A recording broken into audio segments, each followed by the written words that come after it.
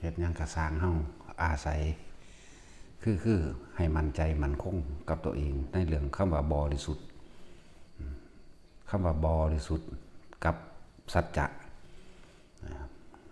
อาศัยความจริงเป็นที่ตั้งด้วยความบริสุทธิ์ใจยังกระสู่สัจจะอันยังกระสู่ความบริสุทธิ์ใจว่าได้หรอกคือเขาทำสิ่งใดก็ช่างอันที่ว่ามันเป็นประโยชน์ต่อบุคคลและสัตว์ทั้งหลายที่มันเป็นประโยชน์ทั้งมนุษย์และอมนุษย์ทั้งหลายอาศัยความบริสุทธิ์ใจในการกระทำในการให้ในการพูดในการแนะหลายๆอย่างนี่อาศัยตัวนี้สัจจะธรรมตัวนี้แหละจะกลับขึ้นมารักษาเฮาเอง แม้นผู้ใดเสียหายทุกข์แก่เฮาก็ช่างทุกนั้นจงกลับคืนกับบุคคลที่ให้กับเราให้ทุกแก่ท่านทุกนั้นกลับคืนหาตัวเองนั่นแหละในธรรมบทอีกอย่างต่างๆเพิ่นก็บอกเพิ่นก็แนะเพิ่นก็สอนไว้เบิดนั่นแหละแล้วคนบ่เข้าไปศึกษาเองความเห็นแก่ตัวความมีมานะทิฏฐิความกระด้างความบ่ยอมดูแล้วแต่เป็นไพ่แก่ตัวเองทั้งหมดนั่นแหละก็ยังเรื่องของนางอุตรากับนางสิริมาเนี่ยนางอุตราเป็นลูกของสุมาณะเศรษฐีแต่ว่าได้ไปแต่งงานกันกับตระกูลเศรษฐีเหมือนกันแหละแต่ว่าเป็นมิจฉาทิฏฐิตลอดมาระยะมาหลายปีนี่ปี2 ปีบ่ได้เคยไปทำบุญกับพระพุทธเจ้ากับพระอริสงฆ์ของพระพุทธเจ้าเลยมีตั้งแต่เลี้ยงพวกนักบวชแก้ผ้า นักบวชแก้ผ้าพวกเช่นหรือว่าได้ทำบุญยังกับพวกนิครนทั้ง6นั่นแหละโดยไปต่อว่าพอที่พอเพิ่นคือสุมาณะเศรษฐีนั่นแหละพ่อนี่บ่หักลูกเลยให้ลูกมาเป็นทาสยังดีกว่ามาเป็นแบบนี้เป็นทาสแต่ว่าขอให้ได้ไปทำบุญกับพระศาสดาตลอดทั้งหมู่อริยสงฆ์เลยบอกเรื่องเล่าให้ฟังตั้งแต่ไปญี่ปุ่นบ่มีความสุขบ่มีความสบายใจอีหยังจักอย่างก็เลยวางแผนกันแล้วต้องสี่ซะนะนางอุตราเนี่ยก็เลยไปก่อนที่สิออกพรรษาเหลือสิออกพรรษาอยู่ประมาณ15 มื้อก็เลยหาวิธีว่าหญิงคณิกาหญิงงามเมืองขึ้นซื้อลือชาเรื่องความงามมีผู้ใดเนาะก็เบิ่งแล้วนางสิริมาแล้วไปจ้างเอานางสิริมานั่นแหละมาเป็นคนบำเรอผัวแล้วตัวเองขอโอกาสว่าสิให้ได้ไปทำบุญทำทานกับพระพุทธเจ้ากับมุรอริยสาวกตอนแรกก็ยังบ่ยอมเพราะว่ายังไปว่าให้เมียได้อันผัวนั่นก็ดีว่ายิงถอยว่ายิงยังทั่วทีบมันแหละว่าเป็นทั่วทีบมันแหละด่าสมณะหัวโลนทั้งหลายเรานั่นกินแล้วก็นอนบ่เฮ็ดอีหยังบ่มีปัญญาสามารถมีแต่หาขอคนกินเบียดเบียนผู้อื่นทั้งที่กำลังยังหนุ่มยังแน่นนั่นแบบนี้แล้วสมณะทั้งหลายเหล่านั้นมีมนต์กับใจถ้าเว้าภาษาบ้านเฮาว่าไสยศาสตร์มนต์ดำฆ่าทามากินความคืดแต่ว่าบ้านเฮานั่นน่ะสมณะเหล่านั้นมีมนต์กลับใจมีมนต์กลับจิตเป็นพวกกินกอกหลอกลวงแต่ละคนนั่นมีแต่คนแข็งแรงทั้งนั้นเลยเนี่ยนั่นแหละขี้เกียจขี้ข้านหาคอคนอยู่กินแล้วก็นอนบ่เฮ็ดหยังนั่นแหละว่าให้พระพุทธเจ้าเฮา สุดท้ายก็เลยว่าจังได๋ก็สร้างทดลองเบิ่งเลยไปจ้างหญิงคณิกา 10,000 กหาปณะเป็นเงินบ่น้อยเด้พวกเจ้า 10,000 เด้ให้มาบำรุงผัวนี่เพื่อตัวเองสิได้มีโอกาสได้ทำบุญทำทานได้ฟังธรรมกับพระพุทธเจ้าและหมู่พระสงฆ์ได้จ้าง 10,000 กหาปณะนั้นในเวลา14 มื้อเป็นเวลา14 มื้อที่15คือสิเป็นมื้อ ปวารณาออกพรรษาเป็นสิละ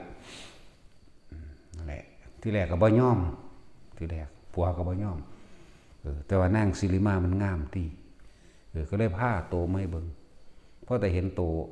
นางศิริมาเท่านั้นปุ๊บเปลี่ยนใจเลยเอาจะเหตุจังใดเหตุไปเลยก็จะเอาผู้หญิงผู้นี้นั่นแหละก็ได้โอกาสจัดอยู่คนละหม่องกันนะเหตุแนวบังไว้อยู่หรอกเพราะนิมนต์พระพุทธเจ้าในมือต่อมากับมูสาวกนั่นแหละเพิ่นก็เพิ่นไปกับมันนั่งศิริมานั่นแหละหมายถึงผัวเพิ่นทางนี้ก็ได้โอกาสให้ท่านกับมูเพิ่นบ่ได้ให้เอาทรัพย์สมบัติอยู่ในเฮือนผัวเพิ่นเด้พอเพิ่นเอามาให้ต่างหากแล้วก็ของเก่าเพิ่นก็มีอยู่แล้วนั่นแหละที่ว่าเอามาทำอาหารจากขนมนมเนยจากอย่างนั้นแหละขนมกุมมาศข้าวมะตุปายาตตลอดทั้งอาหารหวานข้าวเป็นลอยๆอย่างนิมนต์พระพุทธเจ้าของหมู่เราสาวกแม้นเมื่อใดพระพุทธเจ้าบ่มากก็ช่างแกขอให้อย่าขาดหมู่เราสาวกเฮ็ดอยู่จังซั่นจนถึง14มื้อมันมีอยู่เที่ยวนึงนางศิริมาก็หลงตัวเองเข้าใจว่าเจ้าของเป็นเมียเศรษฐีได้อยู่ปราสาท7 ชั้นสุขสบายมีคนใส่มีขาทาสบริวารให้ใส่หลงตัวเองว่าเข้าใจว่าตัวเองเป็นเมียเศรษฐีผู้นั้นตีนั่นเองส่วนนางศิริมา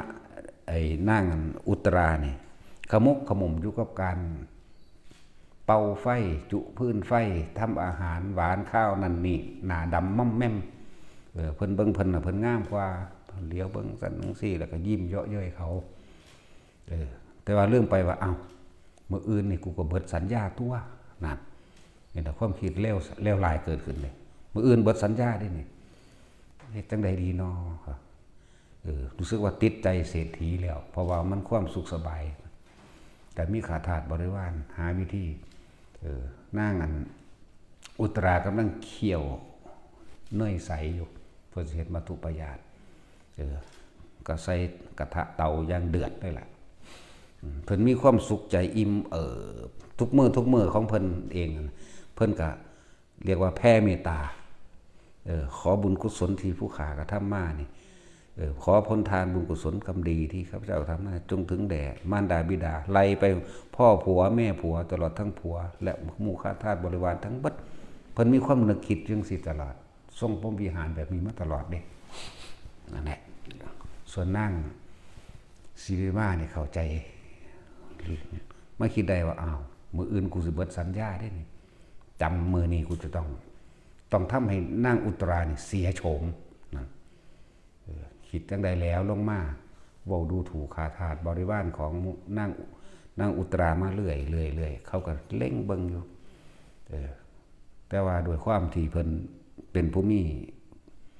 ปัญญาไหวพริบเร็วรู้อยู่ว่าเจตนาลายของนางศิริมานี่จ้องตาขมึงมานี่รู้จักแล้วว่าสิมาเฮ็ดหยังเพิ่นอธิษฐานจิตขึ้นในใจของเพิ่นเลยหญิงคนนี้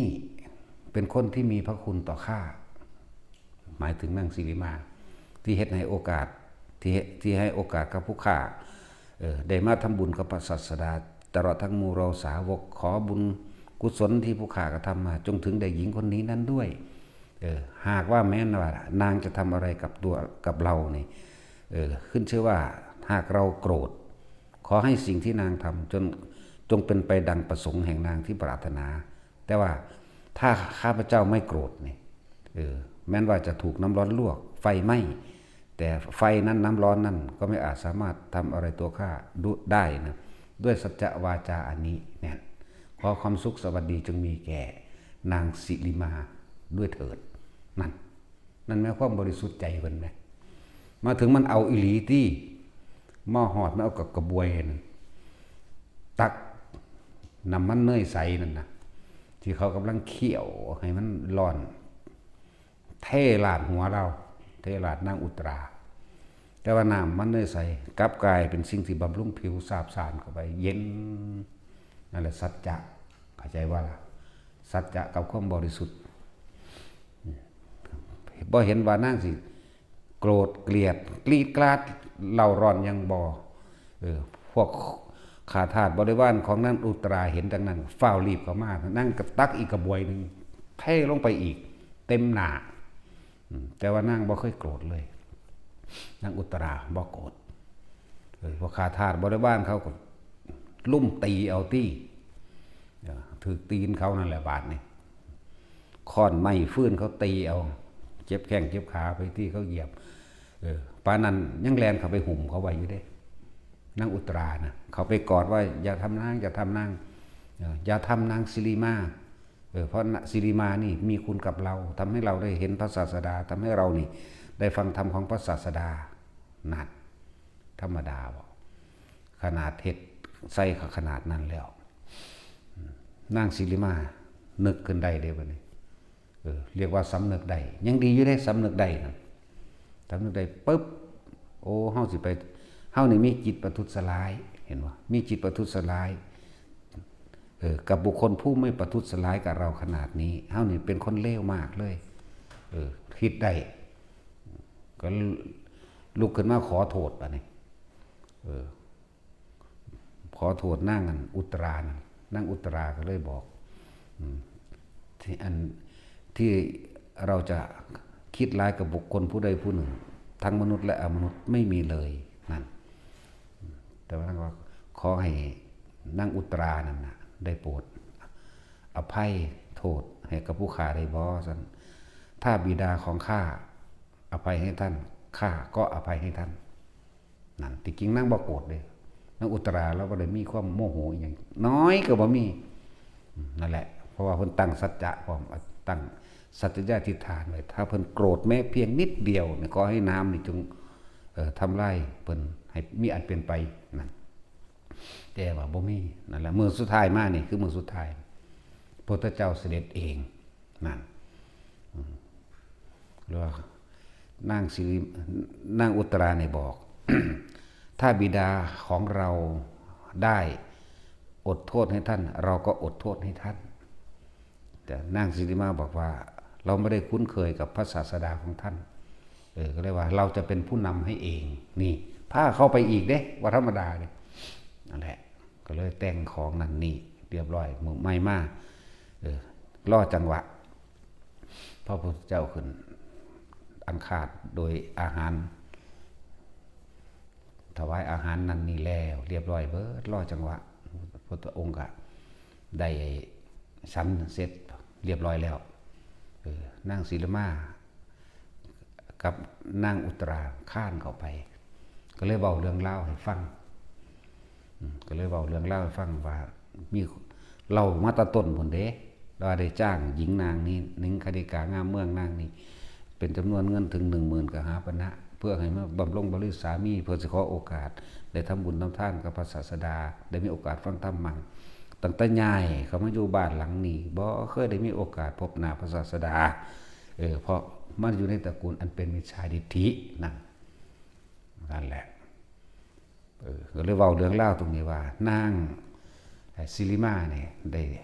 ใส่กระบวยตักเนยใส่รถที่บนหัวของลูกแต่ว่าก็บ่เป็นอีหยังตักกระบวยที่2รถที่ใบหน้าของลูกแต่ว่าก็บ่เป็นหยังบ่เลยตาศิริมาในขณะนั้นเธอคิดบ่แม่นอุตราในขณะนั้นเธอคิดเช่นไรบ่ได้ว่าคิดในขณะนั้นพระเจ้าค่ะนี่คิดมาตั้งแต่ต้นว่านางศิริมานี่เป็นบุคคลที่มีคุณแก่เราทำให้เราได้ทำบุญทำทานได้พบพระศาสดาได้พบสาวกแห่งพระศาสดาคิดมาตั้งต้นแรกแล้วบ่ได้เพิ่งคิดนั่นสัจจะเห็นบ่ในขณะที่เขาลาดก็คิดอย่างไรนะหากข้าพเจ้าได้โกรธแม้เพียงแค่นิดหนึ่งน้อยหนึ่งแม้เพียงแค่เม็ดทรายขอให้น้ำร้อนหนึ่งจงทำลายให้ข้าพเจ้าจงมีอันเป็นไปแต่นี่ไม่เคยมีเลยนั่นแหละพุทธเจ้าบอกว่าจังเป็นจังนี้สุภาษิตไป นั่นแหละให้ทุกแก่ท่านทุกนั้นจำถึงตัวนั่นสิ่งใดจะยิ่งใหญ่เท่ากับสัจจะเพิ่นกเทศอนุปุพิกถาเว้าเรื่องทานเว้าเรื่องศีลเว้าเรื่องภาวนาอานิสงส์แห่งภาวนานางศิริมาบรรลุพระโสดาบัน แลนี่ความเป็นมาของว่าหญิงกาลีโสเพณีบรรลุธรรมเลยบอกบรรลุได้นี่แหละเพราะว่าเพิ่นกลับใจนะดูความเมตตาของนางอุตราพระศาสดาว่าที่ให้พระศาสดาแม้เราจะโกรธแม้เพียงนิดหนึ่งไม่มีเหมือนดวงบุตรแห่งเราบุตรีแห่งเราหมายถึงนางอุตราแม้อุตราก็เช่นกันนั่นมันสั่นแล้วเลยเกิดความลึกซึ้งซาบซึ้งในธรรมมากับบรรลุโสดาบันในตอนนั้นเลยแหละนั่นแหละแล้วก็เริ่มป่วยมาตะปุ่นได้บัดนี้จังกลับเข้าไปสู่ซ่องของเจ้าของเองแต่ก็สอนหมู่สอนพวกในหันอีกหลายคนเติบอยู่ได้บรรลุน้ำกันนั่นแหละหลังจากนั้นเราก็เลิกอาชีพโสเภณีดอกแต่ว่าเราก็ป่วยเด้เราต้องบอกว่าให้ทุกแก่ท่านทุกนั้นจะถึงตัวและจงถึงตัวสั้นคือว่าบุคคลผู้มีความแผ่เมตตาอยู่เป็นหนึ่งนิดย่อมมีอานิสงส์11ประการบ่ว่าจะนอนหลับตื่นหรือไปในทิศทางใดก็ช่างแม้มนุษย์และอมนุษย์ทั้งหลายย่อมรักใคร่ปรารถนาที่จะอยู่ใกล้บุคคลเช่นนั้นนอนรับกับฝันดีไม่ฝันร้ายหอกดาบแล้วแหลมปืนไฟตลอดทั้งยาพิษไม่อาจสามารถทำอันตรายใดๆกับบุคคลผู้มีความแผ่เมตตาอยู่เป็นเนืองนิดนั่นแหละ11อย่างคนละนั่นแหละจังว่าความจริงสิเฮาเป็นก็เป็นแบบนั้นแหละจังว่าบ่มีอิหยังเห็นหยังเฮาได้ดอกว่าคำว่าที่จะประทุษร้ายหรือมีจิตคิดเบียดเบียนทำร้ายบุคคลผู้ใดผู้หนึ่งให้เสียชีวิตและทรัพย์สินตลอดทั้งคนและสัตว์หรือขัดใจคำว่ามันทั้งมนุษย์และอมนุษย์เนี่ยมันบ่มีเลยมีความคิดเดียวถ้ากูเอาคนเขานิพพานใดโดยมือของกูเองเลยกูจะจับฟาดขึ้นเบิดแต่ว่านี่มันไม่ใช่มันเป็นธรรมชาติของมันนั่นแหละมันผู้ใดเฮ็ดหยังใส่กระสร้างบ่เคยเป็นหยังบ่เป็นหยังทั้งว่าทุกคนมั่นใจในสัจจะความจริงของที่ตัวเองเป็นนั่นแหละ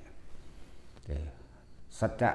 มันบ่แม่นคาถามันบ่แม่นอีหยังที่ว่าจิต้องเรียกร้องผู้อื่นเด้สัจจะนี่คือเว้าความจริงออกจากใจของเจ้าของเองออกจากความรู้สึกจริงๆของเจ้าของเองแม้กระทั่งนกขุ่มมันว่านกขุ่มเท่าดุมเกวียนโอ้ยสมัยตะกี้มันสิอยู่ในระหว่างมันบ่แม่นเดี๋ยวนี้ถ้าสิบอกสถานที่ว่านกขุ่มนั้นเกิดอยู่ไสบ่แม่นช่วงรอยต่อระหว่างพระพุทธเจ้ากัสสปะกับพระโคตมะโดยซ้ำไปมันรอยต่อกับพระพุทธเจ้าวิปัสสียุทธพระธาตุพนมนั่นแหละมองนกขุ่มเกิดก็ได้ตะกี้มันเป็นป่าใหญ่ไฟใหม่ป่ามากนะที่เพิ่นใส่สัจจะนะเรียกว่าสัจจะกิริยาที่พวกเขาสวดกันวัตตกะปริตอัตถิโลเกสีและคุโนสัจยังโสเจยะเนี่ยตัวนี้ปีกทั้งสองของข้าพเจ้าก็มีอยู่นี่แต่บินไม่ได้ขาทั้งสองของข้าพเจ้าก็มีอยู่แต่เดินไม่ได้มารดาและบิดาของข้าพเจ้าก็มีอยู่แต่ได้บินหนีออกไปหาเหยื่อหรือว่าหาอาหารมาให้กับเราขึ้นชื่อว่าความตายแล้วข้าพเจ้าก็กลัวอยู่นี่ไฟเจ้าเอ๋ยขอท่านจงดับลงเถิดเพราะข้าพเจ้านั้นกลัวตายเว้าสุดค่ำไฟมันก็ดับพึบลงทั้งสั้นแล้วมันบ่ได้แม่นอีหยังที่แบบลึกลับซับซ้อนต้องมีพิธีต้องมีหยังเด้บ่แม่นคาถาคาเถอหยังแต่ว่าเป็นความจริงที่เจ้าของเป็นเรียกว่าสัจจะอยู่ธาตุพนมนั่นแหละอยู่กับโตมังธาตุตั้งอยู่เดี๋ยวนี้แหละนั่นแหละมันเก่ามันเด้บ่แม่นหม่องใหม่มันเก่ามันจังว่ายังสิสู่สัจจะยังสิสู่ความจริงจังว่าอัน บุคคลที่กล่าวตู่หรือมีความประทุษร้ายในบุคคลผู้ไม่ประทุษร้ายผลกรรมอันเกิดจากการประทุษร้ายกับบุคคลผู้ไม่ประทุษร้ายเนี่ยเขาย่อมได้รับผลของกรรมนั้นๆสืบไปเด้ผลยังว่าต่ออยู่ว่าอภูตวาทีนริยังอุเปติเห็นบ่ล่ะบุก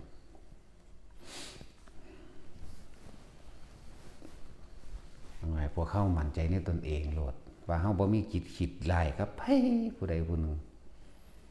บุคคลทำร้ายผู้อื่น ผู้มีจิตเมตตาจะว่าบุคคลผู้ทำร้ายผู้อื่นผู้มีจิตเมตตา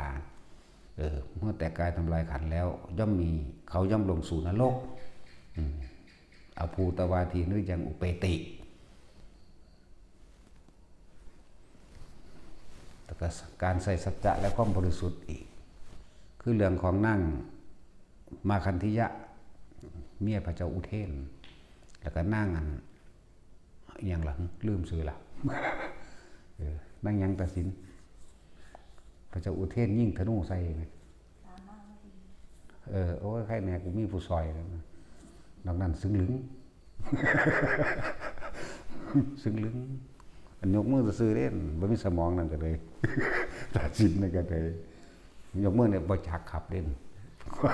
บ่แม่นอันสิตอบให้เฮาเด้จังซั่นแล้วนางมาคันธิยะพระพุทธเจ้าเพิ่นสิไปโปรดพราหมณ์ทั้งสองทั้งผัวทั้งเมียนั่นแหละที่เป็นพ่อเป็นแม่ของมาคันธิยะเพิ่นก็เทศนาเรื่องอสุภะอันนั่นแหละส่วนนี้สิยกนางมาคันธิยะให้พระพุทธเจ้าก็เลยเทศดุจดังว่ากระสอบห่อขี้นั่นแหละเพิ่นบ่เอาเลยผูกอาฆาตเพิ่นเลยอีห่านี่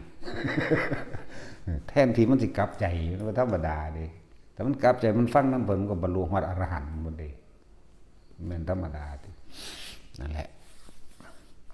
สองผัวเมียเพิ่นบรรลุอนาคามีได้บัดนี้มันพ่อกับแม่ของนางมาคันธิยะ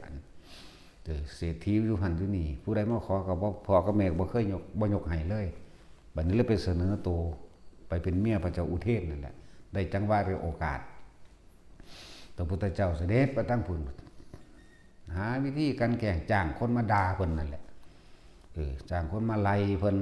ไปบิณฑบาตทั้งใดก็เขาก็ไปโห่เขาก็ไปไล่อยู่เพราะฉะนั้นเสียงอึกทึกคึกโคมพระอานนท์ก็ส่วนหนีพุทธเจ้าว่าถ้าหนีไปเมืองอื่นแต่เขาไล่อีกเฮ็ดจังไดหนีไปอีกพระเจ้าข้าหนีไปเรื่อยๆหนีไปอีกพระเจ้าข้าไปเมืองนั้นก็อะไรไปเมืองนี้ก็อะไรเฮ็ดจังไดเนี่ยพระเจ้าบอกว่าปัญหาบ่ได้มีให้หนีปัญหามีไว้ให้แก้เพราะปัญหาทั้งหลายนี่ขอให้เป็นดุจดังว่าหินรับปัญญาให้แก้ตามความเป็นจริงอะไรก็ช่างไม่อาจสามารถสู้สัจจะได้ความจริงได้นี่นั่นแหละก็เลยบ่ได้หนีเฮ็ดพระพุทธเจ้าบ่ได้ที่บาดนี่ไปเฮ็ดสาวกเพิ่นที่นางสามาวดีกับหมู่สาวกกับหมู่บริวารเพิ่นเอง500นะหาวิธีหลายเรื่องหลายราวดอกหาวิธีสิฟ้องอันพระเจ้าอุเทนผัวเพิ่นน่ะ หาเรื่องว่านางอันสามาวดีเนี่ยมักพระพุทธโคดมก็ฮู้อยู่แล้วนางสามาวดีเราเป็นโสดามาตะเกิดพุ่นแล้วบ่ฆ่าสัตว์มาตะเกิดทำทาได้ไก่มาเนี่ยทำทาเอาไก่เนี่ยเอาไก่เป็นๆบ่แม่นไก่ตายบอกว่าอันให้อันขาไก่นี่ถวายพระราชาในเด้อแล้วก็บ่เฮ็ดแล้วเราเป็นโสดาบันอยู่แล้วเราก็ปฏิเสธบ่เฮ็ดนี่ก็มาฟ้องผัว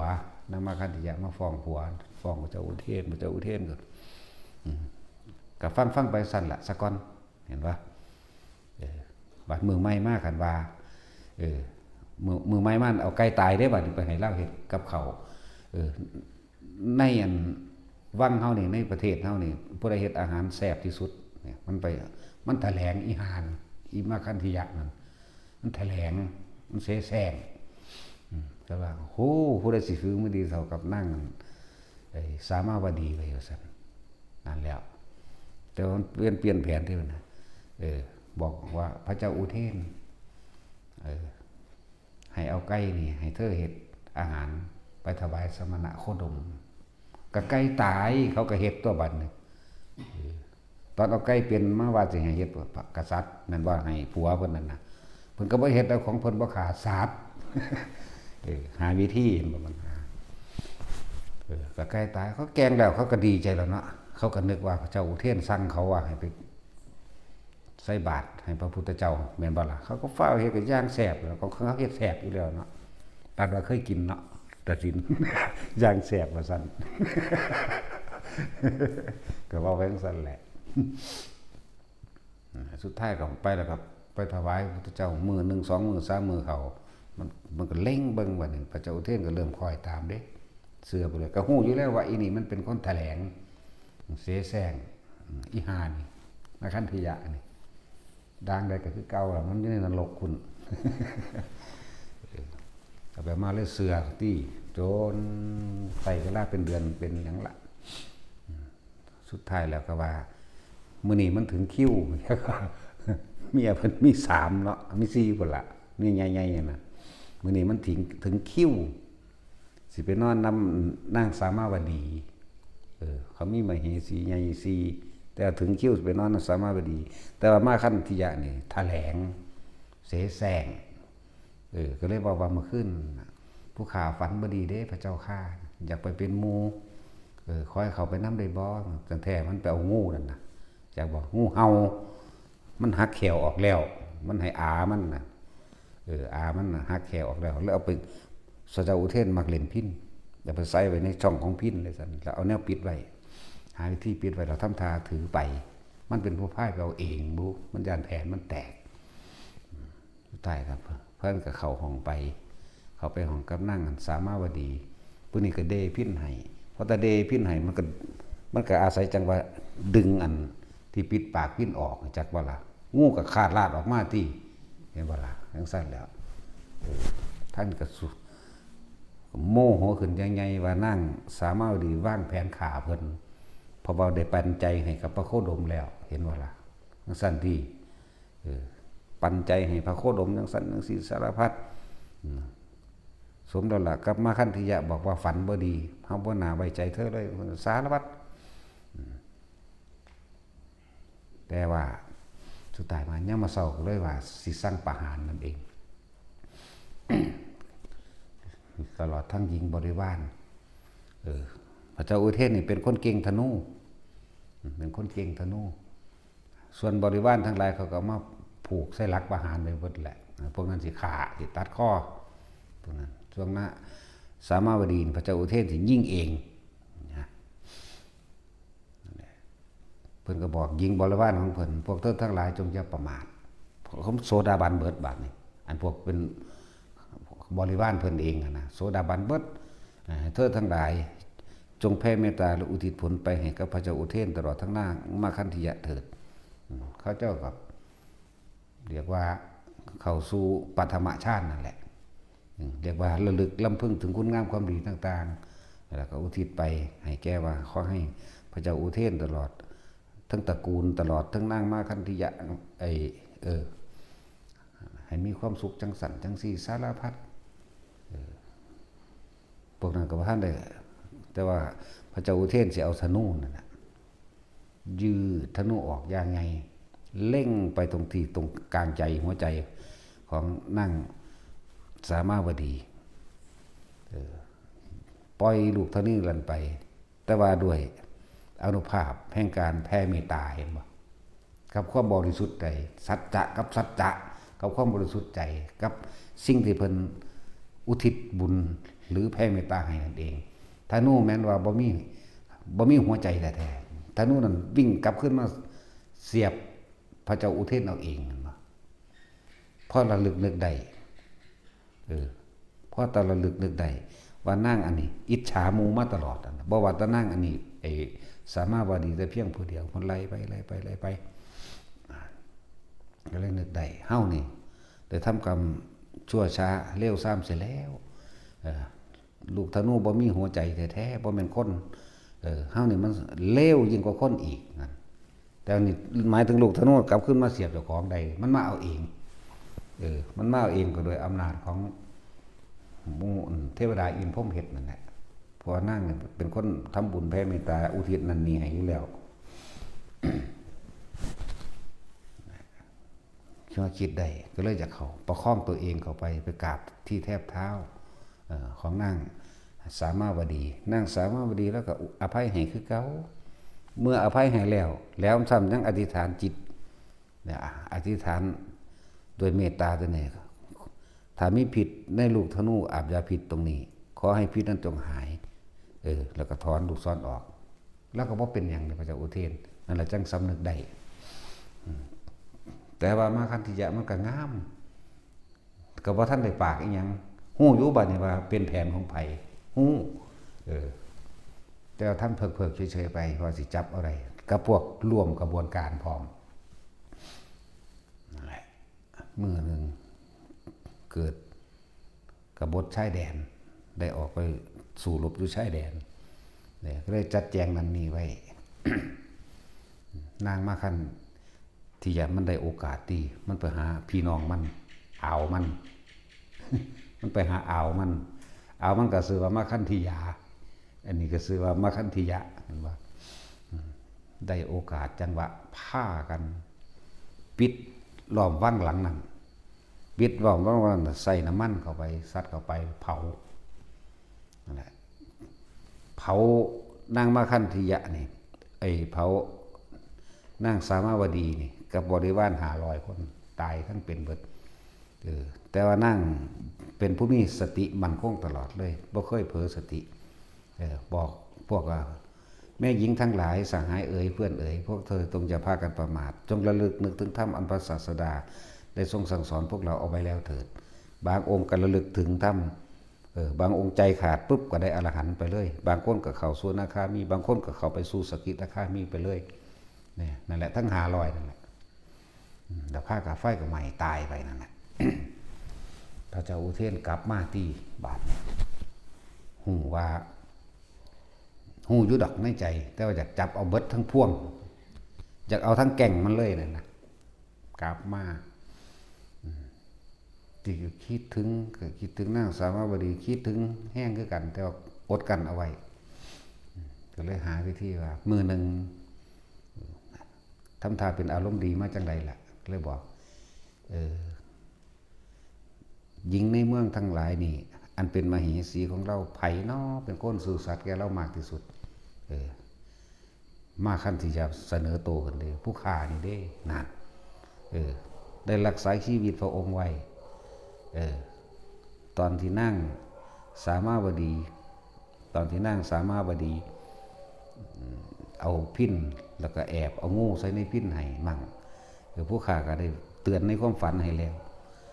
ผู้ฆ่านี่ได้บอกความลับว่านางสามาวดีปันใจให้กับพระโคดมว่าแสดงว่ากรรมอันนั้นเหตุให้นางสามาวดีถือไฟใหม่แสดงว่าบาปกรรมของเธอนะสิบาปกรรมของเธออีหยังผู้ฆ่านี่ลงมือเผาเองว่ะนั่นเห็นมันออกมาแล้วก็เลย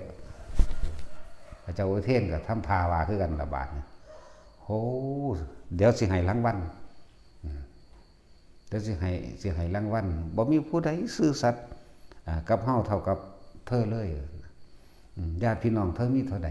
แล้วผู้ใดเป็นผู้ทำคุณงามความดีอันนี้ให้เธอไปเรียกมาให้เบิด เห็นว่าล่ะเพิ่นก็ไปเอิ้นอาเพิ่นมาอานี่เป็นผู้ลงมือจุดไฟเผาอานี่เป็นผู้นั้นผู้นี้ก็เว้าไป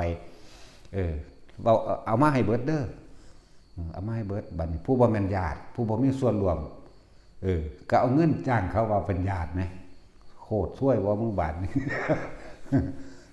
หมู่เดียวกันแต่ว่าบ่ได้มาฮู้จักหยังนำก็เลยอยากได้รางวัลเด้ซั่นก็จ้างเขาหั่นน่ะดํ1ก็5ปะนะ2ก็5ปะนะบาท1 2 บาทมึงเอิ้นเอากูนี่เด้อมึงเอิ้นเอากูนี่เด้อนะบ่ยากหรอกเพิ่นก็ไปรับสินบนนำเขาอีกเด้จ้างมาเป็นญาติเห็นบ่นี่เรียกรวมมาทั้งเบิดตี้บัดนี้ผู้ฆ่าเป็นผู้ลงมือเผาผู้นี้เป็นผู้เฮ็ดนี่ผู้นี้ไล่ไปได้บอกรายละเอียดบาดสุดท้ายแล้วก็ให้ทหารจับซ้ำทหารพวกเสนาหมาดทั้งหลายนั่นน่ะจับมัดศอกไว้เรียบร้อยก็พูนแล้วเอาไปล่านประหารกลางแก่งที่พวกญาติทั้งหลาย แล้วก็บ่แม่นญาติก็สร้างมึงสิมาสารภาพอิหยังมึงไปจ้างเขามาว่ามึงอยากเป็นญาติแล้วเขาก็ประหารมาเลยที่ส่วนนางมคันธิยะนี่พระเจ้าอุเทนทอดเนื้อจะปาดเอาเนื้อเด้ปาดเอาเนื้อแขนเนื้อต่างๆนั่นแหละมาทอด เรายัดเนื้อแต่ของเองให้กินเราแค้นว่าล่ะสลัดละเอียดนึงก็คือบาปกรรมตัวเองนำแหละกินเนื้อเจ้าของที่เขาปาดเอาเนื้อแขนเนื้อขามาเขาก็ฝังลงเครื่องตัวได้ปาดเอาทอดเนื้อเพิ่นเองแหละแดกเข้าไปได้ปากมันละให้มันหย่ำนั่นใช่นี่คือพระเจ้าอุเทนเฮ็ดเพิ่นยังบ่ได้หูจักว่าเพิ่นมีความผิดอย่างเด้เพิ่นยังลำพึงลำพันอยู่เด้ว่าเฮามีความผิดหยังเฮาเป็นคนจงรักภักดีครับพระเจ้าอุเทนเฮาเป็นคนบ่มีผู้ใดที่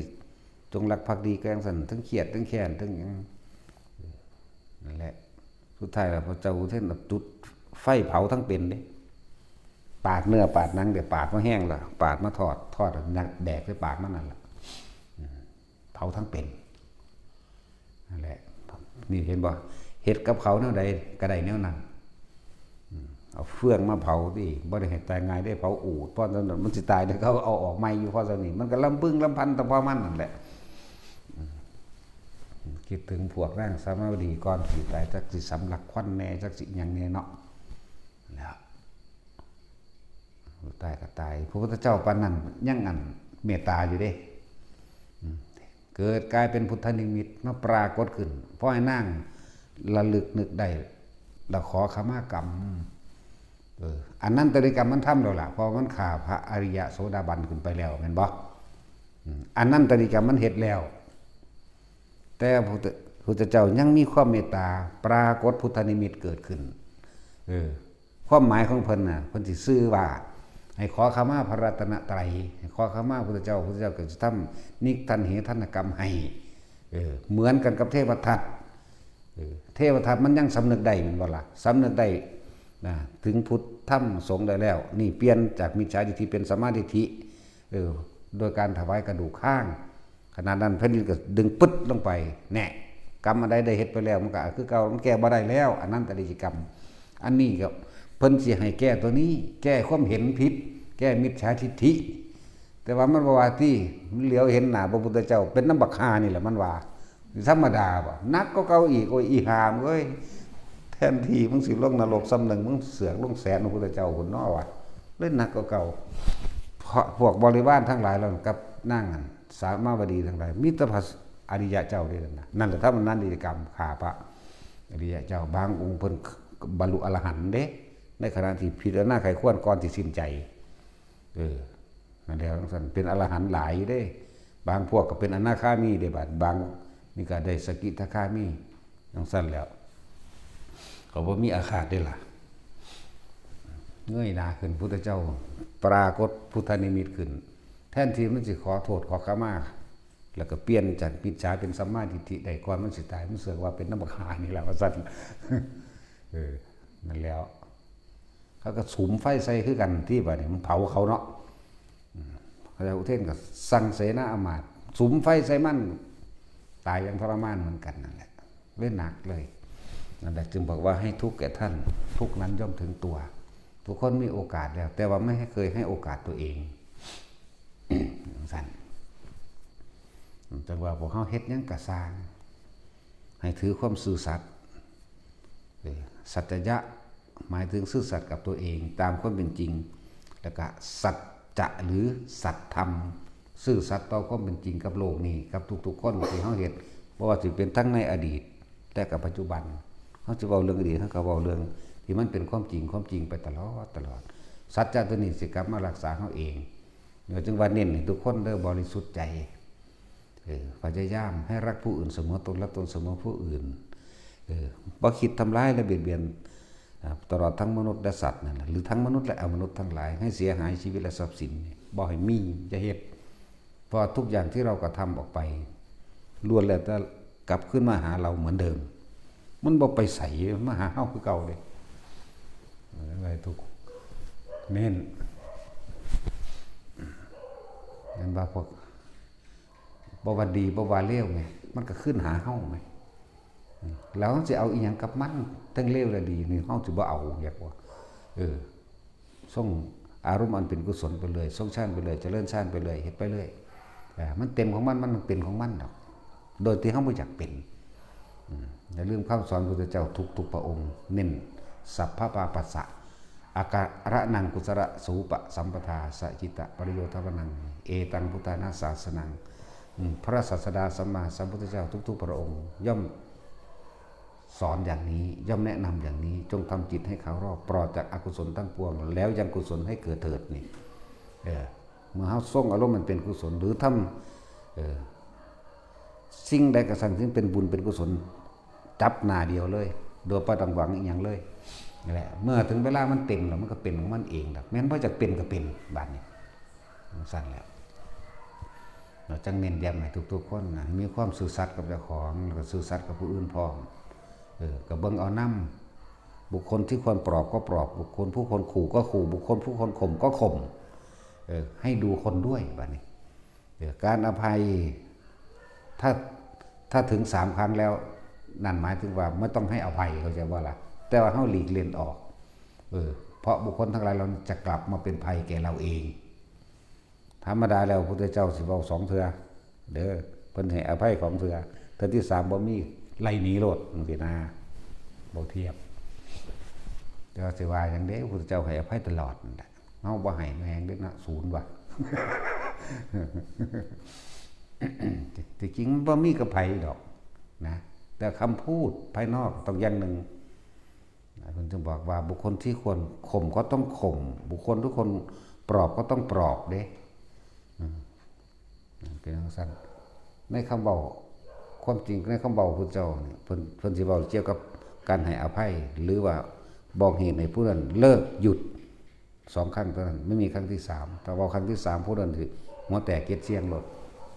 เลือดแตกดังทางออกปากหลดยังก็ดีสั้นเธอเบา2 เทื่อเทื่อที่3มันเบาอะไรเป็นอุปนิสัยเป็นเรียกว่าพุทธวิสัยเป็นแบบนั้นคือเพิ่นเว้าเรื่องภิกษุไม่บริสุทธิ์เพิ่นลงเรียกว่าลงอุโบสถจากสมัยนี้เฮาว่าอื่นว่าอุโบสถแสดงปาฏิโมกข์พระพุทธเจ้าแสดงเพียงครั้งเดียวแสดงปาฏิโมกข์เพื่อเป็นสังฆกรรมในการประชุมให้เกิดความสามัคคีแก่หมู่สงฆ์หมู่คณะสงฆ์ทั้งหลายพระพุทธเจ้าเป็นผู้แสดงก่อนที่แรกตอนนั้นบ่มีอีหยังมีแต่พระอรหันต์เบิดต่อมาภิกษุหลายแล้วหลายเขาบัดนี้ภิกษุนั้นบ่แสดงความบริสุทธิ์บ่แสดงอาบัติได้ว่าล่ะอยู่ในศาลากุฎาคารของนางวิสาขาตอนภิกษุองค์หนึ่งนิ่งบ่ยอมแสดงตนพูดพากันเรียกว่าตั้งแต่4 โมงพุ่นไปสันแล้ว4 โมงแล้วเที่ยงแล้วพระอนุก็ถามตะเว้นถึงหัวแล้วพระเจ้าค่ะเพิ่นกันนิ่งบ่าย2แล้วพระเจ้าค่ะภิกษุไม่บริสุทธิ์ฮอด6 โมงอีกค่ำแล้วพระเจ้าค่ะตอนนี้ตะเว้นค่อยรับแผ่นดินไปแล้วภิกษุไม่บริสุทธิ์นั่นครั้งที่3บ่ปากเด้ว่านี่พระที่เพิ่นเขาเจ้าล่อฟังอยู่นั่นนะเขาเจ้าก็มีเครื่องอยู่ของเพิ่นเนาะบางองค์ก็อยู่ในชั้น1 2 3 4มั่งบางองค์ก็สู่สมา8บางองค์ก็อยู่ในหลายๆวิหารธรรมที่เขาเจ้ามีบางองค์ก็อยู่ในสุญญตวิโมกข์บางองค์ก็อยู่ในนั่นแหละแล้วแต่เครื่องอยู่ของเพิ่นแต่ส่วนมากคือการทรงฌานเขาเจ้าอยู่ด้วยการทรงฌานทั้งเบิดแต่แม้กระทั่งพระโมคคัลลาทั้งเบิดนั่นแหละอยู่ใน2 มั่งอยู่ใน3 มั่งว่าเขาจะบ่เข้าเด้ถ้าเข้ามันสิตัดมันจักว่าล่ะ2 มั่ง3 มั่ง1 มั่ง2 มั่ง3 มั่งเล่นกลับไปกลับมากลับไป1 2 3 1 2 3สั่นผมก็อยู่ในสุญญตาวิโมกข์คือภาษาลีบุตรจังซี่อยู่กับความว่างตาก็เห็นอยู่นี่แหละหูก็ได้ยินอยู่นี่แหละแต่ว่าว่างจากสิ่งที่มีว่างจากสิ่งที่เห็นว่างจากสิ่งที่ได้ยินพระโมคคัลลาเพิ่นก็สงสัยที่เพิ่นเลยออกมาตรวจสอบวาลจิตเบิ่งไปแล้วปึ๊กเข้าใส่องค์นั้นแหละโอ้ยพระพุทธเจ้าอุตส่าห์บอกถึง2 เทื่อแล้วการเวลาก็ผ่านมาจนแบบสิ6 ทุ่มแล้วบอกภาษาเฮานี่มันเป็นมัชฌิมาแล้วนี่หมายถึงกลางคืนที่มันเป็นเที่ยงคืนแล้วความหมายกับว่าบ้านเฮาเพิ่นก็เลยใส่ฤทธิ์ของเพิ่นเปิดประตูเปิงออกเอาแขนข้างนึงหิ้วภิกษุคนนั้นใส่ฤทธิ์เดชฝุ่นฟาดออกไปเดียวฝุ่นกิ่งกุ้นออกไปทั้งฝุ่น ก็เลยมีเท่านั้นแหละเพราะศาสนาของพระพุทธเจ้าโคดมเฮามีการแสดงปาฏิโมกข์ครั้งเดียวครั้งต่อไปเพิ่นให้ลงกันเองนั่นแหละเพราะว่าความบริสุทธิ์ของเพิ่นนี่ถ้าเพิ่นแสดงปุ๊บภิกษุองค์นั้นสิหัวแตกเก็ดเสียงจักว่าล่ะผู้นั่งยักษ์มันถือกระบองไว้แต่ทุบหัวแล้วคือบ่มีความเคารพพระศาสดาเด้อซั่นคือบ่พระพุทธเจ้าอยู่ต่อหน้าแท้ๆนี่มึงเป็นหยังจังบ่ขอขมาเพิ่นมึงเป็นหยังจังบ่แสดงความบริสุทธิ์กับเพิ่นเห็นบ่ล่ะยักษ์มันถือกระบองถ่ายอยู่ซั่นแหละนั่นแหละด้วยความเมตตากรุณาของพระองค์เองบ่ยอมแสดงเห็นบ่แล้วก็บ่ยอมบอกครั้งที่3อีกแต่ว่าผู้อันเคยรับใช้เพิ่นก็เลยรู้จักอุปนิสัยของเพิ่นเดี๋ยวรู้จักอุปนิสัยนี่พระพุทธเจ้าเป็นแบบนี้เพิ่นสิเตือนแค่2ครั้งครั้งที่3ไม่มีนี่นะก็เลยบ้าก็ต้องตรวจเบิ่งพระโมคคัลลาตรวจสอบเห็นแล้วก็ปึ้งไว้พุ่นล่ะนั่นแหละมีเท่านั้น เป็นปัญญาธิกะของพระพุทธเจ้านี่มีลงเทื่อเดียวแต่สัทธาธิกะลง2เทื่อแต่ปริยัติกะลง3เทื่อเป็นลักษณะคล้ายกันเบิดประเทศสุมือคือพระพุทธเจ้าโคดมเด้ออันอื่นๆนั่นนะ5,000 ปีเทศน์นึงก็มี10,000 ปีเทศน์นึงก็มีเด้เพราะอายุเขาเจ้ายืน แต่มันมีแต่คนดีเนาะสุว่าสมัยของพระศรีอริยะเมตไตรจังซี่ 5,000 ปีแสดงธรรมเทื่อนึงยังคนมันดีอยู่แล้วว่าหาแต่เว้าหลายจักแสดงว่าสมัยเฮานี่มีแต่คนเร็วๆเนาะ เลยได้ต้องเทศน์ซุมื้อแล้วหมู่สงฆ์สาวกก็ซอยกันเทศน์ซุมื้อคือกันบ่ธรรมดาเด้เทศน์แล้วเทศน์อีกอยู่เทศน์แล้วก็สร้างแมงคือเก่า นั่นว่าซั่นมันมึนมันหนาอีหลีเด้เนาะป่า จังซั่นแหละหลายๆอย่างบ่ว่าเฮาสิทำดีหรือเลวล้วนแล้วแต่เป็นสมบัติภายในใจของเฮาทั้งเบิดเพราะทุกอย่างออกจากใจเด้อออกจากความรู้สึกจริงๆเพิ่นเอิ้นว่าเจตนาก็ว่าเจตนาก็ว่าใจเป็นใหญ่ใจเป็นประธานสำเร็จได้ด้วยใจด้วยจิตเจตนานี่เองมันกรรมอันใดที่เฮาบ่ทันได้ออกไปทางวาจาและกายนี่เฮาคิดไว้แล้วคือเฮาโมโหให้คนเฮาจะฆ่าคนนี่เนาะศูนย์ให้เขาฮึบๆอยู่นั่นแหมแม่นว่าล่ะนั่นแหละมันเป็นแล้วเด้นั่นน่ะแต่มันก็ฝังไว้ในนี้บ่ซั่นเพิ่นสิบอกให้เฮาพยายามส่งอารมณ์มันเป็นกุศลบ่อกุศลจะไปคิดถึงมันเถอะเนี่ยต้องทำกุศลซะ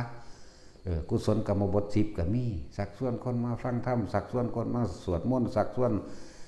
คนมาทำความดีกวาดบ้านลานวิหารเจดีย์ต่างๆหรือเป็นสะพานบุญยังก็ว่าไปนั่นแหละเพิ่นเลยให้พวกเฮาส่งแต่แนวสิ่งเหล่านี้รักษาตัวนี้ไว้เพื่อหยังส่งอารมณ์มันเป็นกุศลนั่นแหละนี่เป็นคำสั่งสอนพระพุทธเจ้าทุกพระองค์สำเร็จนี่แล้วพระพุทธเจ้าสำเร็จเป็นผู้ว่าเห็นบ่ล่ะพุทธานะศาสนังนี่เป็นคำสั่งสอนของพระศาสดาสัมมาสัมพุทธเจ้าทุกพระองค์เพิ่นเน้นนี่ส่งไปรักษาไปแล้วพวกเขานี่ส่งชาติโลดมันเลยหอดกุศลพุ่นดอกจักว่าล่ะ มันเลยหอดกุศลพุ่นเด้ส่งชาติเด้อมันตัดความคิดออกดีและไม่ดีตัดออกนี่มันเป็นอุเบกขาพวกเขานั่นเฮ็ดอยู่จังซี่แหละทำให้บ่อยทำให้มากทำให้ชินเมื่อมันชินแล้วเมื่อถึงเวลาขับขันจวนตัวมันเป็นของมันเองเฮาบ่ได้เป็นผู้ไปกำหนดมันดอกบาดสิตายแต่ว่าด้วยความเคยชินของมันที่วิ่งเข้าสู่ลมหายใจปุ๊บวางปั๊บตายปั๊บก็ไปแมงโลดรู้จักแล้วล่ะจักสิไปไสแล้ว แต่มันตายในลมหายใจได้นี่อันนี้เป็นเครื่องอยู่เด้อปีติชาภคุโรนี่ปีติสุขเอกคตานี่มีปีติมีปราโมทย์มีความเบิกบานอิ่มเอิบอยู่จังซี่ตลอดมันเป็นอุเบกขาของมันอยู่แล้วเป็นเครื่องอยู่หยังอยู่ของความคิดบ่ให้เอาความคิดไปอยู่กับบุคคลสัตว์สิ่งของพวกนั้นเรื่องนี้อดีตอนาคตเกิดปึ๊ดนะฮะจังหวะเน้นบาดสิตายมาเนี่ยเข้าลมหายใจคือเก่าบาดสิตายมามันก็จับลมเองแหละเข้าสู่ความว่างเวลาขับขันหน้า ว่าผู้ใดอยากรู้จักความว่าง สูดลมหายใจเข้าลึกๆแล้วกั้นไว้อย่าคิดหยังแล้วก็เพ่งเบิ่งปลายดังเจ้าของเองบ่ต้องคิดนั่นแหละบัดใจจะขาดมันหายใจเข้าคือเก่านั่นแหละผู้ใดอยากรู้จักความว่า นั่นแหละบัดสิตายมันเป็นสั่นเองดอกมันบ่มีหม่องอื่นเป็นที่พึ่งได้แล้วอีกอย่างนึงครับเกิดจากความชินชำนาญที่พวกเฮาฝึกตัวเองนำมาแหละมันก็เป็นของมันโดยอัตโนมัติดอกแต่ผู้ใดเจริญอานาปานสติลมหายใจเราใส่อาการปิติที่เฮากำหนดขึ้นมานี่เป็นเครื่องอยู่นะบ่อยมากชินเห็นว่าชินแม้นเฮาสิคิดไปทางอื่นก็สร้างบัดนี้แต่ความรู้สึกเขายังมีอยู่นี่ความรู้สึกยังมีอยู่หน้าผากนี่ดื้อหัวก็ช่างหน้าผากก็ตามนี่นะคิดก็คิดไปเถอะความรู้สึกมันบ่ออกจากกายนี่จากว่านี่กายเวทนาจิตเวทนากายมันยังอยู่นี่อยู่เป็นอุเบกขามันเลยทำมันเลยกุศลและอกุศลตัวเลยสัมไปเขาว่าอุเบกขา มันเลยบุญเลยบาปนั่นแหละถ้าว่าบุญเขายังว่าอยากเห็นความดีเนาะซอยเหลือคนจากนั้นจากนี้บาปไม่ต้องห่วงดอกสร้างคนนั้นสร้างคนนี้นี่มันเลยบุญเลยบาปมันอยู่ว่างๆของมันอยู่อุเบกขาของมันชินเขาต่อบาดเกิดเหตุการณ์ขับขันจวนโตแม้กระทั่งฟ้าผ่าเปียกลงมานี่มันเข้าเองของมันดอกนานี่ฟ้าผ่ากระถือมาพอแห้งแล้วมันต้องสิบ่หูจักอยู่บ่สนิทกาเบาบ่มันวางเงียบปุ๊บของมันออกมาแล้วจังหูจักเอาฟ้าผ่ากูว่าล่ะขนาดนั้นเด้จากบ่คนมันเลยตายมา 3-4 เทื่อแล้วเด้ว่าซั่นมันสิเงินไปเป็นบ่เนาะตาย1ตาย2ลงนรกตลอดลงนรกบ่ได้ไปดีดอกกูนี่ถึงวายเลยท่านน่ะแล้วความรู้สึกตอนอยู่ในนรกก็เว้าออกมาแจ่มแจ้งกันว่าเป็นแบบนี้ไล่เป็นปลาจากชีวิตโหหลายคักเลยบ่ธรรมดาเด้โดยเฉพาะปลากบปูบักหอยเนี่ยสัตว์เหล่านี้แหละเป็นงัวอยู่10ชีวิตสั่งเขาขา10โตงัวหน่อยงัวเผางัวกระขาเด้หังบ่แม่นเจ้าของขาแต่ของเป็นผู้สร้างแต่ว่าเบิ่งบ่ได้จักว่าล่ะจักมันเป็นหยังนั่นแหละเบิ่งบ่ได้เห็นผู้อื่นขาก็เบิ่งบ่ได้มันสะเทือนข้างในของมันเองแหละหนีรอดแต่ไปเสือกไปสร้างตั้ง10โตรถนั่นแหละแต่ว่าก็พ้นไปแล้วล่ะเขาก็ดีไปใส่ให้พอแห้งล่ะยังแต่ใส่ติ่งแตกแล้วเสือกบ่ไปพานี่15-16 มื้อนั่นแหละแล้วก็มาพานี่ตีอันนั้นมันกำไงเนี่ยมันขาคดนั่นผมของศาสตร์ที่แล้วหรอกนั้นเอาเขาไปเสียบไม้ล้าวแหลมไว้ข้างกำแพงด้วยกันนั่นแหละจะไม้ล้าวแหลมพวกนั้นหลายอยู่ประมาณ10,000 หรือ100,000แหละจื้อบ่ได้คักอันนั้นเขาเลยมาพาเขาขึ้นจังซี่แหละตายที่3ต้องไปสวรรค์อยู่ไปเบิ่งนั่นเบิ่งนี่ไปตายที่4จักมันขึ้นหาใหม่ยังบ่สันติว่าบ่ ทุกคนเฮ็ดให้มันชินชำนาญหรอกเด้อแต่จุดอุณโลมหายไปแล้วปึ๊บเนี่ยความรู้สึกตัวเขาเอามาเขากำหนดมานี่เรียกว่าฐานที่ตั้งแห่งจิตยันนี้ออกจากฐานนั่นเป็นเครื่องอยู่เฮาสิจับลมหายใจตลอดมื้อตลอดคืนที่แรกเฮามาฝึกมาก็ต้องจับซะก่อนแหละต่อมาฟังฝึกไปแล้วให้หาเครื่องอยู่โดยการอยู่กับอาการปิตินี่เป็นเครื่องอยู่กับความรู้สึกตัวนี้เป็นเครื่องอยู่นะบัดนี้ทำงานไปแต่ความรู้สึกมันก็ยังมีอยู่พอลมหายใจมันปล่อยเองไปแล้วความคิดมันบ่จากใดเป็นหยังบ่จากนั้นมีหยังมันก็ขึ้นมาเองบัดนี้ทำงานก็บ่เมื่อยเด้ทุกคนสงสารนะ1-2 1-2นั่นแหละไทยวันหนึ่งมันที่มีลมหายใจส่วนมากก็2-3แต่คนชินแล้วเด้นั่นแหละ2-3อยู่หั่นแหละ2ก็อยู่นี่อย่างเดียวหูตาได้ยินเบิดนั่นนี่รู้เรื่องเหมือนกัน3นั่นจิตเบากายเบาโจโล แบบนี่สิบอกว่าตื่นดอกเย็นจิตใจแบบเป็นโล่งๆเป็นว่างๆนั่นแหละเป็น เป็นบ่มีสุขมีทุกข์อีหยังดอกนั่นแหละมันบอกตัวนี้บ่ได้ถ้าบอกได้ผู้ใดเป็นแนวนั้นหาคำมาเทียบยากคือหยังนี่เด้มันสันเป็นคำเว้าคำพูดบ่ได้มันแปลกประหลาดนั่นแหละคำว่าว่างมันสิอธิบายว่าจังได๋เด้อนี่ก็ยังมันบ่มีคำอธิบายเนาะอากาศนี่มีอยู่นี่ว่างนี่อธิบายว่าจังไดเอานี่เนาะสีขาวบอกก็บ่แม่นอีกอากาศสีขาวเด้อก็บ่แม่นอีกนี่มันมีอยู่นำเฮานี่แหมเฮาก็สัมผัสด้วยมือเฮานี่แหมแม่นบ่ล่ะนั่นแล้วว่างมันสิเอาหยังมาว่านั่นแหละมันเป็นมันดอกเฮ็ดไปเถอะใครก็เลยเฮ็ดบ่เฮ็ดก็สร้างว่าตัวไผตัวมันคือเก่าล่ะของเฮ็ดให้กันบ่ได้เว้ยตอนเฮ็ดให้ได้โอ้ยเฮาบ่มาฮอดพี่ดอกพระพุทธเจ้าเฮ็ดให้แล้วเด้อฟังดีๆเด้อถ้ามันเฮ็ดให้กันได้เฮาบ่มาฮอดพี่ปูนพระพุทธเจ้าองค์แรกเฮ็ดให้แล้วเพิ่นเอาตีนกวาดเข้าไปเบิดแล้วนั่นแหละก็เฮาคิดดีๆแหละถ้ากูเฮ็ดได้คือกูก็ตีนกวาดแมงคือเบิดนี่ล่ะสันว่าเด้อซั่นเบิดโลกมีเท่าใดก็ตีนกวาดเข้าเบิดนี่แหละมีเท่านี้ในจุดหมายนั่นแหละเอาสมาทาน